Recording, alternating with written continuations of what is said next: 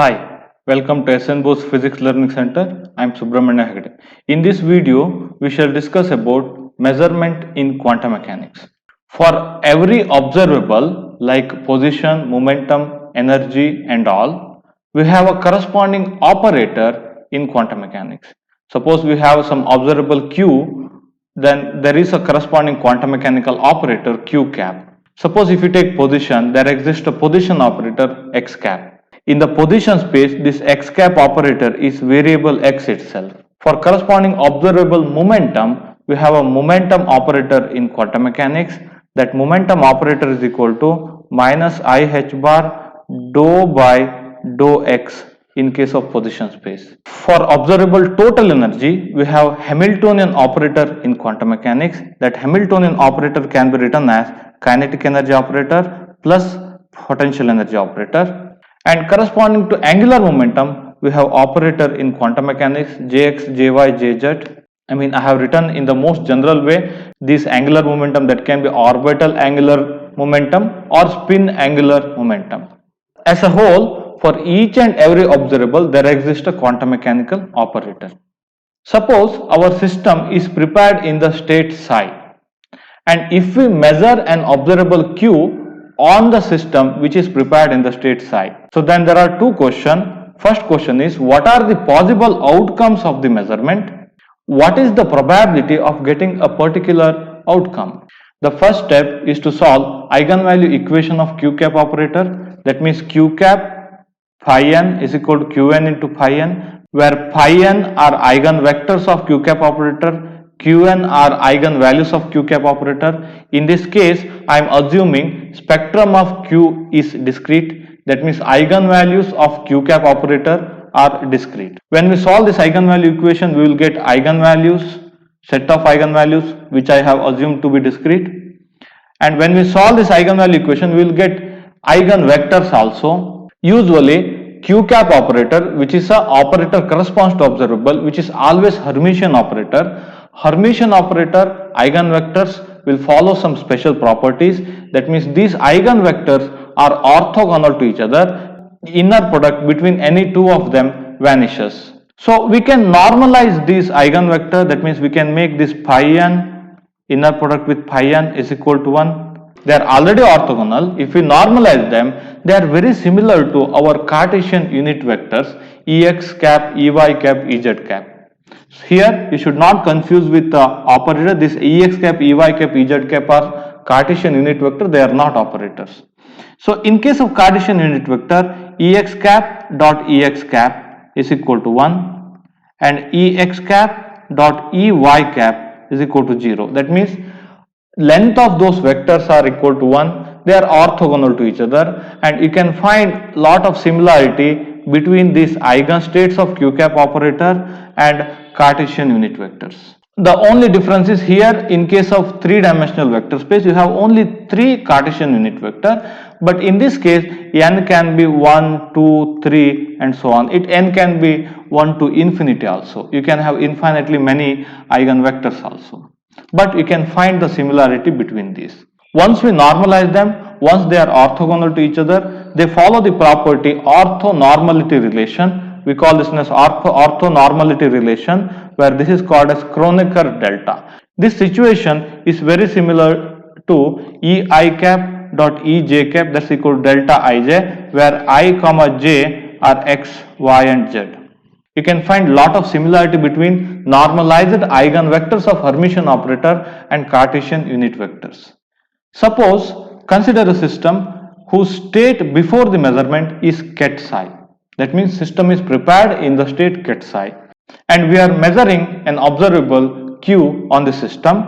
Then measurement outcome is one of the eigenvalue of Q cap. After the measurement, the state of the system will be eigenvector of Q cap corresponding to eigenvalue Qi. That means state of the system will change from ket psi to ket phi I, where ket phi I is the eigenvector of Q cap operator corresponds to eigenvalue Qi. Qi is the measurement outcome in this case. If measurement outcome is Q1, then state after the measurement will be phi 1, Phi 1 is the eigenstate of q cap operator, corresponds to eigenvalue q1. If suppose q2 is measurement outcome, then corresponding state after the measurement will be phi 2. In general, if qi is the measurement outcome, state of the system after measurement is equal to ket phi I.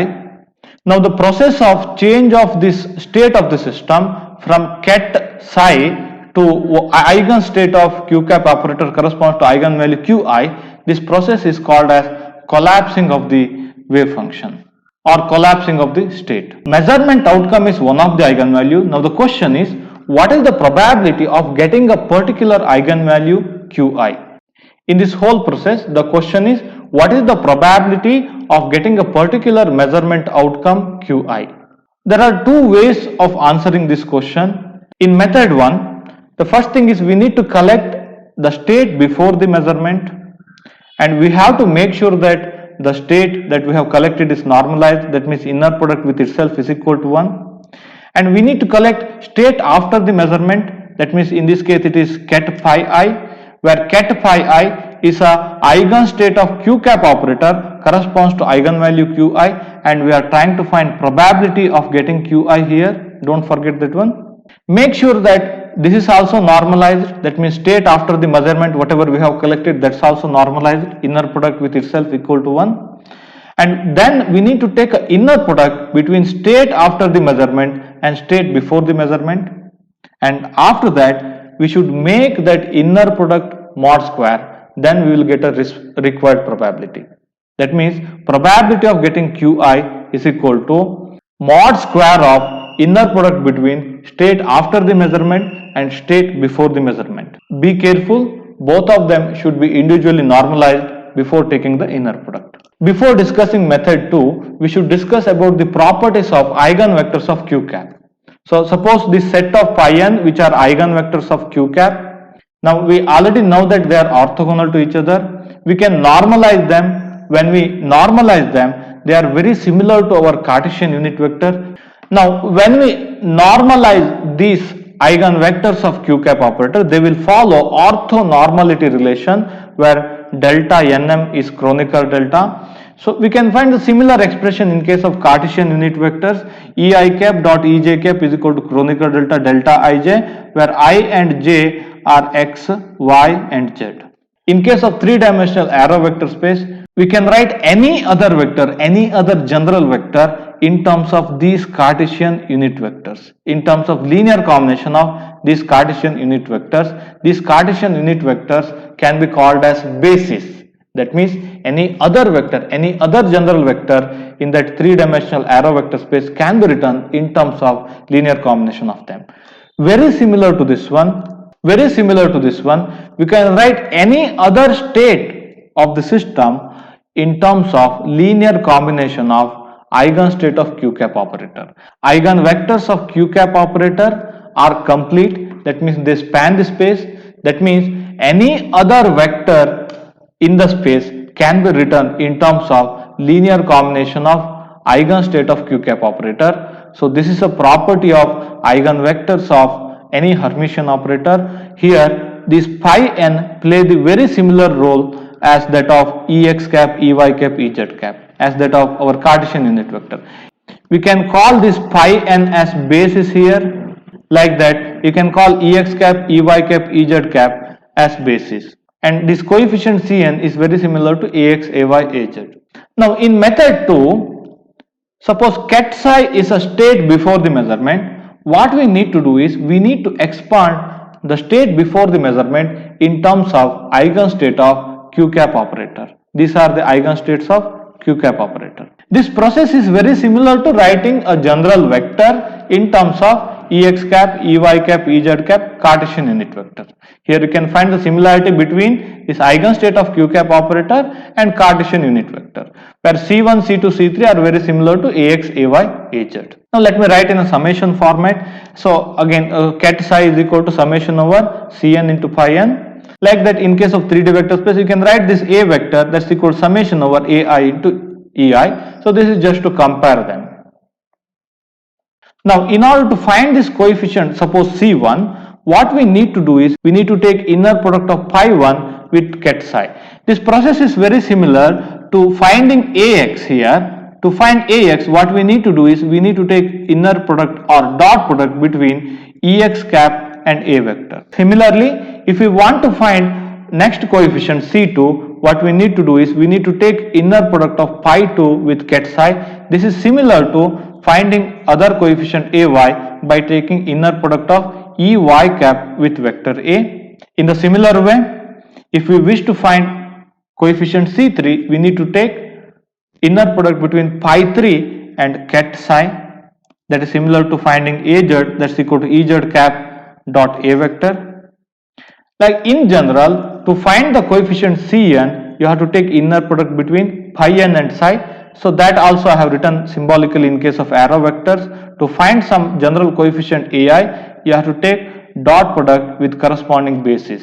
Now after finding this coefficient, the next thing is the probability of getting Qi, that's equal to mod Ci square. That means probability of getting Q1, that's equal to mod C1 square. That means coefficient of pi 1, the mod square, where pi 1 is a eigenstate corresponds to eigenvalue Q1, and probability of getting Q2, that is equal to mod C2 square, where C2 is the coefficient of pi 2, where pi 2 is a eigenstate corresponds to eigenvalue Q2. Like that, in general, probability of getting Qi is equal to mod Cs square, and we have to make sure that summation over all probability should be equal to 1. That means summation over mod Cn square should be equal to 1.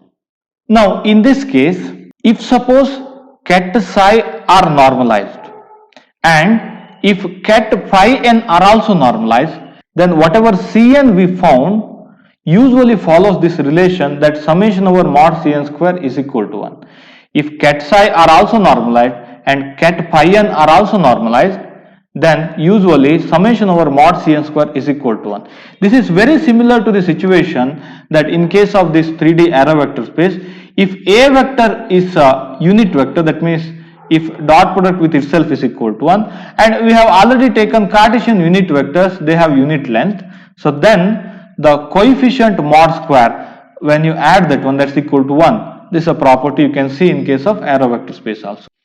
Now what if the state before the measurement is one of the eigenstate of q cap operator? Suppose ket phi is equal to pi 3, which is the eigenstate of q cap operator, so corresponds to eigenvalue q3.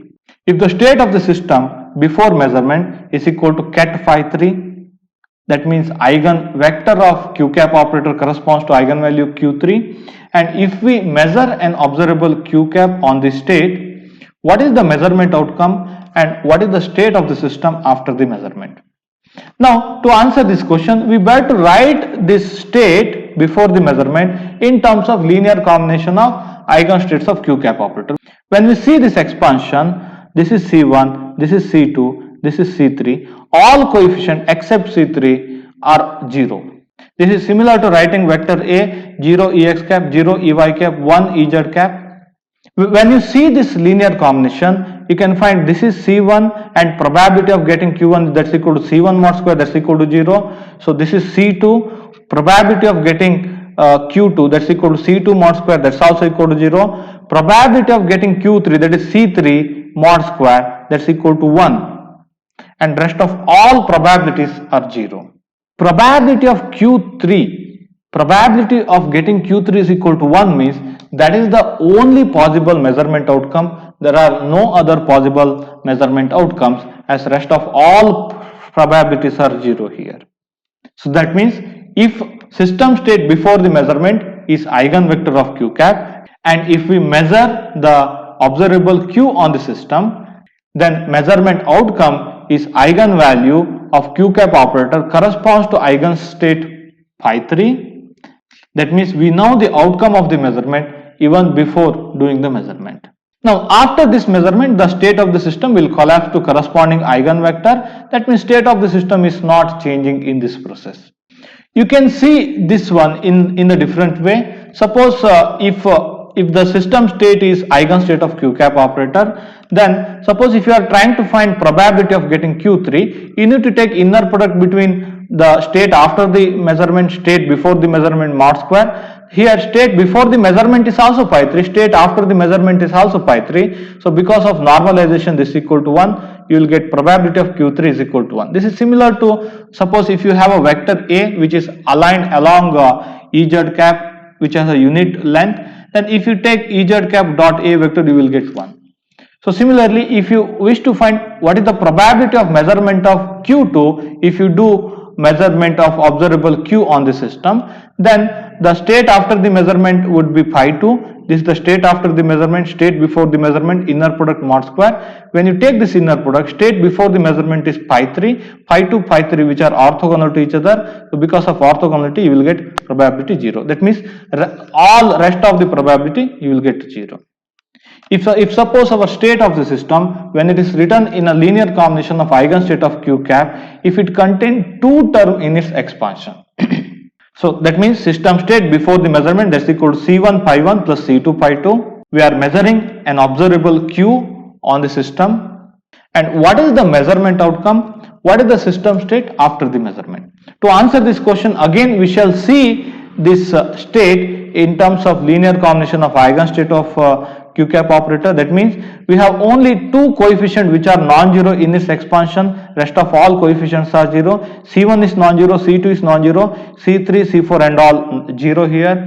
In this case, probability of getting Q1 is equal to mod C1 square, and probability of getting Q2 that's equal to mod C2 square, and probability of getting Q3 and all other are 0.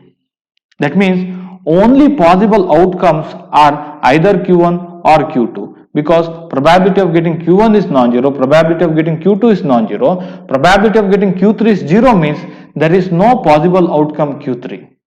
Probability of getting Q4 0 means there is no possible outcome Q4. That means in this case measurement outcome, possible measurement outcomes are either Q1 or Q2 with respect to probabilities C1 mod square, C2 mod square. We shall try to visualize this. The system state before the measurement, cat psi is equal to C1 pi 1 C2 pi 2, which is a linear combination of two eigenstates of Q cap operator, and we are measuring an observable Q on the system. One of the possible measurement outcome is Q1 with probability of getting Q1 is equal to mod C1 square, which is coefficient of pi 1 mod square, and the state after the system will be the corresponding eigenstate. Eigenstate of Q cap corresponds to eigenvalue Q1. This is the state after the measurement. We call this one as collapsing of the wave function. And another possible measurement outcome is Q2, corresponding probability of getting Q2 is equal to mod C2 square, and the state of the system after measurement, that will be pi 2, which is the eigenvector corresponds to eigenvalue Q2. That means in this measurement process, either you will get measurement outcome Q1 with state collapse to cat pi 1, or you will get measurement outcome Q2 with the state collapse to cat pi 2. Except Q1 or Q2, there are no other possible measurement outcomes, because in the expansion of cat psi in terms of eigenstates of Q cap operator, only C1 and C2 are non-zero, rest of all coefficients are 0. Now we shall solve some question. Pause the video and read this question carefully. The state of a particle of mass m in a one-dimensional rigid box in the interval 0 to L is given by normalized wave function psi of x is equal to this one. If its energy is measured, the possible outcomes are. There are four options. Look at here carefully. The observable that we are measuring, that is energy. The operator corresponds to energy is Hamiltonian operator. That means in this case our Q cap operator is Hamiltonian operator. That means we need to collect energy eigenvalues and energy eigenstate, or Hamiltonian eigenvalues and Hamiltonian eigenstates. That means H cap psi n is equal to En into psi n. This is energy eigenvalue equation, and we already know what is psi n. This is a particle in a box which is trapped between 0 to L. Psi n is equal to root of 2 by L sine n pi x by L, and energy eigenvalues are n square pi square h bar square by 2ml square, where n is equal to 1, 2, 3 and so on. The state on which we are doing energy measurement should be expired in terms of energy eigenstate. Now when you see this one, this is already written in terms of energy eigenstate. Let me write in a symbolic manner in terms of this psi n, that's equal to 3 by 5 psi 2 plus 4 by 5 psi 4. When you see this linear combination as a summation over Cn into psi n, summation over n, where psi n are energy eigenstates, you can observe C1 is equal to 0, C2 is equal to non-zero, C3 is equal to 0, C4 non-zero. That means probability of getting E1, that is equal to mod C1 square, which is 0. So similarly, probability of getting E2, that's equal to mod C2 square, that is non-zero. Probability of getting E3, that is equal to mod C3 square, that's equal to 0. Probability of getting E4, which is non-zero, because that's equal to mod C4 square, which is non-zero. That's why the possible outcomes are E2 and E4. That means if we do the energy measurement on this state, we will get either E2 or E4. I have given E2 and E4 here. If you substitute H bar is equal to H by 2 phi, you can observe that option 1 is the right option. Let me take another question, CSIR December 2019. The wave function of a particle of mass m constrained to move on a circle of unit radius centered at the origin in xy plane is described by psi of phi is equal to a cos square phi, where phi is azimuthal angle. All the possible outcomes of the measurements of z component of angular momentum Lz in this state in the unit of h bar r. In this case, measuring observable is Lz, that means operator corresponds to that one is Lz cap. The first thing that we need to do is we should solve Lz cap eigenvalue equation. So let me write Lz cap psi m of phi is equal to mh bar psi m of phi. You can take Lz is equal to Lz cap is equal to minus I h bar dou by dou phi, and you can work out this eigenvalue equation. And let me directly take Lz eigenvalues and eigenvectors. Here psi m are eigenvectors, mh bar are eigenvalues, where psi m of phi is equal to 1 by root 2 phi e power I m phi, where m is equal to 0, plus or minus 1, plus or minus 2, and so on. mh bar is the eigenvalue. Now, the state on which I am doing Lz measurement should be written in terms of eigenstates of Lz operator. In this case, Q cap is nothing but our Lz operator. Now, to write this state in terms of eigenstates of Lz operator, just observe this one carefully. Lz operator eigenstates are 1 by root 2 phi e power I m phi. So that's why you just substitute cos phi in terms of e power I phi. That means cos phi is equal to e power I phi plus e power minus I phi divided by 2. Let me substitute and let me square it. When I square and when I rearrange, I will get this one. And when I substitute this psi m phi, I will end up with this one. Psi of phi is equal to a root 2 phi divided by 4, psi 2 of phi plus psi minus 2 of phi plus 2 psi naught of phi.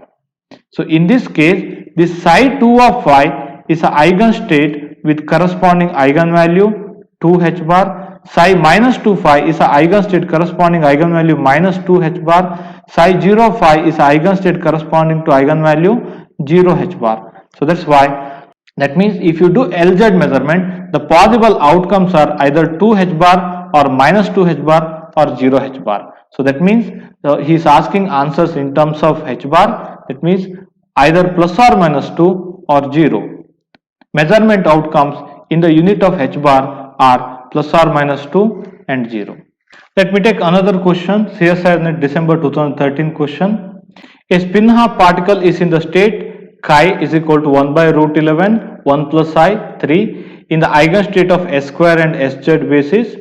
If we measure Sz, the probabilities of getting plus h bar and minus h bar respectively are.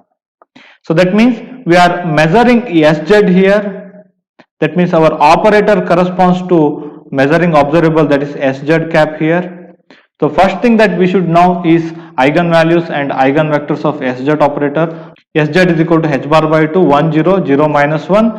Sz matrix eigenvalues are either plus h bar by 2 or minus h bar by 2. So corresponds to plus h bar by 2 eigenvalue. The eigenstate is spin up z. Let me write like this: ket spin up z, that's equal to 1, 0. The eigenvector corresponds to minus h bar by 2 eigenvalue, that's equal to spin down z, that's equal to column vector 0, 1. Now the given state, let me write it as a ket vector, that's equal to 1 by root 11, 1 plus I and 3.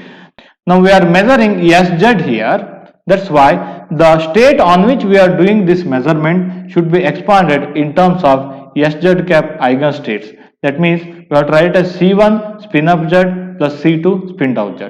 Now we have already seen this process is very similar to writing a vector in terms of I cap and j cap, where vector A is similar to chi here, I cap and j cap are similar to spin up z, spin down z, Ax and Ay are similar to C1 and C2 here.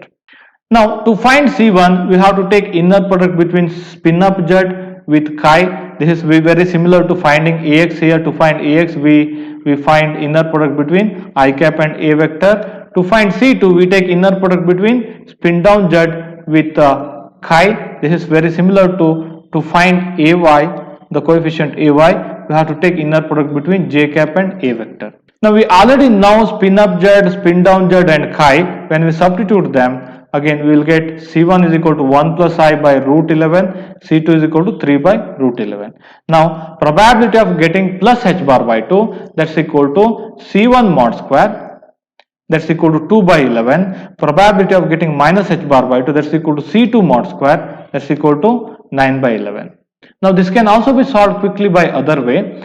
We already know spin up z, that's equal to 1 0, and spin down z, that's equal to 0 1. You can easily write this state in terms of 1 0 and 0 1. That means this is equal to 1 plus I by root 11 1 0 plus 3 by root 11 0 1. You can write this step directly also, because it is very easy to write any vector in terms of 1 0 0 1. Now when you compare it with C1 spin up z, C2 spin down z, so C1 is equal to 1 plus I by root 11, C2 is equal to 3 by root 11, you can answer question quickly.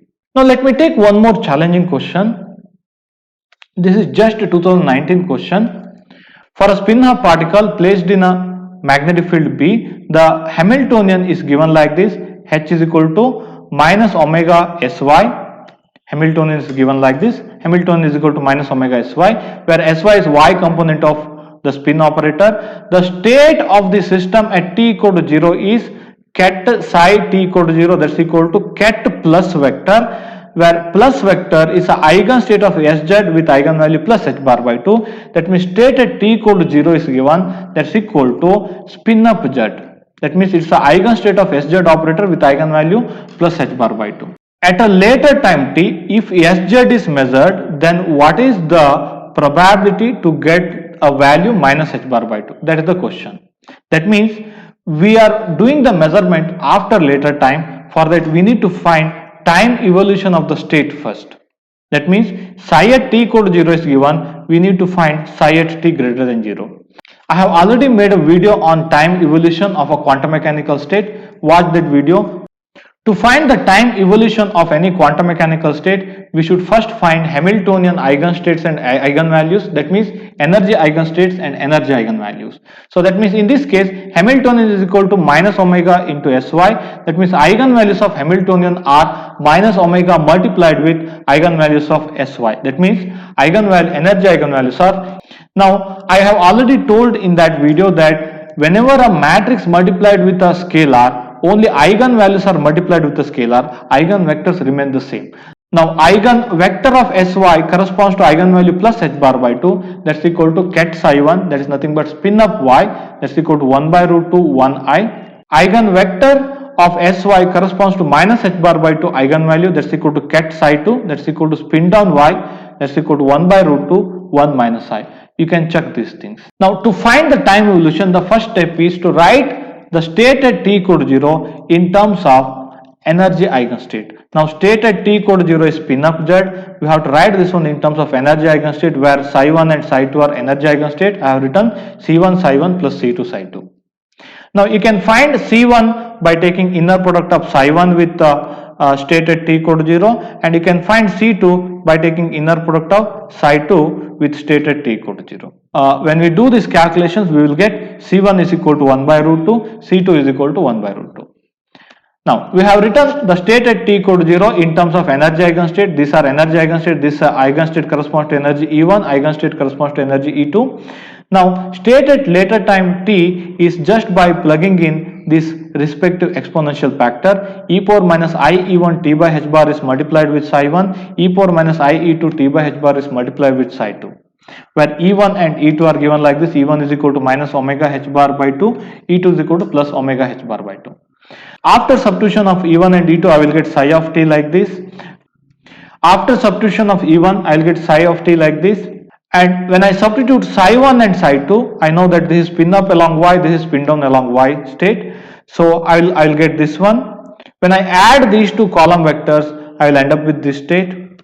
So when I rewrite that one, I will get psi of later time is equal to cos omega t by 2 minus sin omega t by 2.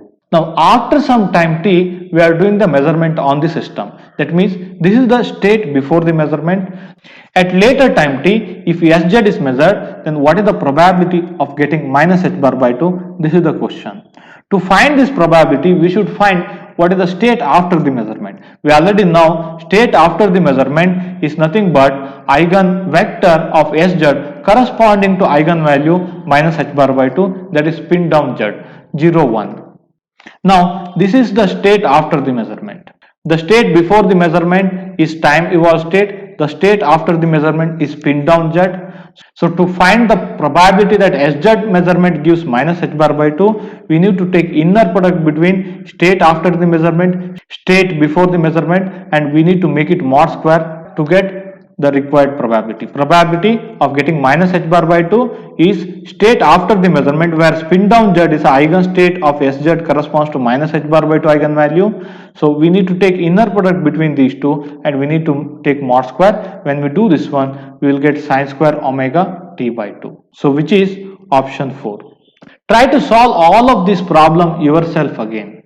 Now our slogan is learn concept properly and solve problem independently. Subscribe to our YouTube channel and click on bell icon to watch more videos on concept and problem solving. Thanks for watching this video.